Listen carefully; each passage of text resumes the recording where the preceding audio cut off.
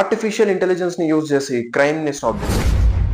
అసలు ఆ కంట్రీలో జరిగిన క్రైమ్ ఏంటి? ఏఐ వెనకాల ఉన్న సాఫ్ట్వేర్ ఇంజనీర్స్ పరిస్థితి ఏంటి?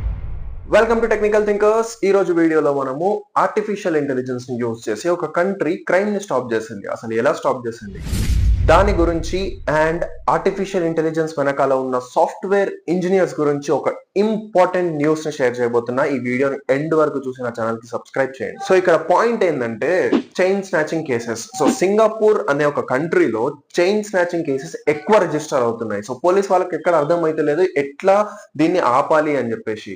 సో గవర్నమెంట్ ఏం ఇనిషియేటివ్ తీసుకుంది అని అంటే ఆర్టిఫిషియల్ ఇంటెలిజెన్స్ ని యూజ్ చేసి చైన్ స్నాచింగ్ కేసెస్ ని ఆపాలి. అందరికీ తెలుసు, ముఖ్యంగా నా సబ్స్క్రైబర్స్ కి ఇంకా ఎక్కువ తెలుసు. ఏంటిది అని అంటే ఆర్టిఫిషియల్ ఇంటెలిజెన్స్ అనేది ఇచ్చిన డేటాతో తనకు తాను నేర్చుకుని ఫ్యూచర్ లో డిసిషన్స్ తీసుకునే కెపాసిటీ దానికి ఉంది అని చెప్పేసి ఇదే పాయింట్ ని సింగపూర్ గవర్నమెంట్ క్యాచ్ చేసింది. సింపుల్ గా చెప్తే వాళ్ళు ఏం చేసిర్రు, సో ఇంతకు ముందు జరిగిన చైన్ స్నాచింగ్ కేసెస్ డేటా మొత్తం ఏ లొకేషన్ లో జరిగింది, ఎటువంటి ఎన్వైరన్మెంట్ లో జరిగింది, ఇలాంటి ఇన్ఫర్మేషన్ మొత్తం ఆర్టిఫిషియల్ ఇంటెలిజెన్స్ కి లోడ్ చేసిర్రు.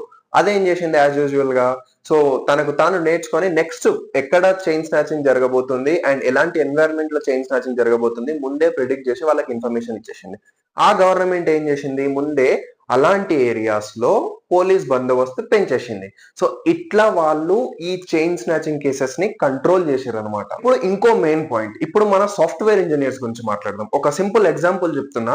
ఆంధ్రప్రదేశ్ కి చెందిన ప్రభాకర్ అనే ఒక వ్యక్తి హైదరాబాద్ లో ఒక సాఫ్ట్వేర్ కంపెనీలో జాబ్ చేస్తున్నాడు. స్టార్టింగ్ లో అంతా బానే ఉంది. దాని తర్వాత మెల్లమెల్లగా వర్క్ ప్రెషర్ ఎక్కువైతుంది, మెంటల్ స్ట్రెస్ ఎక్కువైపోతుంది అని చెప్పేసి ఏం చేసిందంటే వాళ్ళ ఫ్రెండ్స్ తోటి షేర్ చేస్తున్నాడు. మామ, నాకు ఆఫీస్ లో వర్క్ స్ట్రెస్ ఎక్కువైపోతుంది, తట్టుకోలేకపోతున్నారా అని చెప్పేసి అంటే వాళ్ళ ఫ్రెండ్స్ ఏమన్నారంటే, మామ మరి దానికి తగ్గట్టు శాలరీ ఇస్తున్నారు కదరా, సో శాలరీ కావాలి అంటే ఇంత స్ట్రెస్ ఆబ్వియస్లీ తీసుకోవాలి అని చెప్పేసి ఫ్రెండ్స్ అన్నారు అనమాట. మనోడు ఏం చేసిండంటే బాగా ఆలోచించిండు, నిజమే కావచ్చు అని చెప్పేసి. సో ఆఫీస్కి వెళ్ళిండు. Next day evening as usual గా హాస్టల్ కి వచ్చిండు. సో హాస్టల్ కి వచ్చి తన మెడలో ఉన్న ఐడి కార్డ్ తో సహా బిల్డింగ్ మీద నుంచి దుంకి చనిపోయాడు.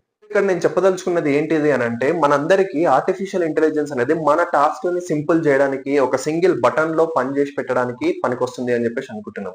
కానీ దాని వెనకాల ఉన్న సాఫ్ట్వేర్ ఇంజనీర్స్ ఎంత కష్టపడుతున్నారు, ఎంత మెంటల్ స్ట్రెస్ కి గురవుతున్నారో తెలుసా?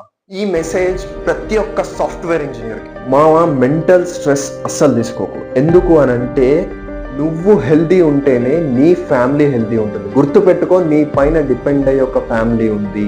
రాంగ్ డెసిషన్స్ తీసుకునే ముందు ఫ్యామిలీ గురించి ఆలోచించు, నీ పైన డిపెండ్ అయి ఉన్న వాళ్ళ గురించి ఆలోచించు. నువ్వు పోతే వాళ్ళు ఏమైపోతారు?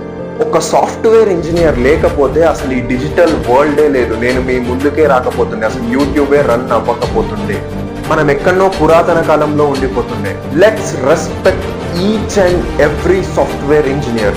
Hats off to you. ఈ వీడియో ఇంతవరకు చూస్తున్నావు అని అంటే నా కంటెంట్ లో ఇంట్రెస్టింగ్ కాన్సెప్ట్ ఉంది కాబట్టే చూస్తున్నావు. సో నా ఛానల్ కి సబ్స్క్రైబ్ చేసి ఈ వీడియోని అందరికీ షేర్ చేయి. ఇలాంటి ఇంట్రెస్టింగ్ అండ్ యూనిక్ కాన్సెప్ట్ తో మీ ముందుకు వచ్చేస్తూ ఉంటా.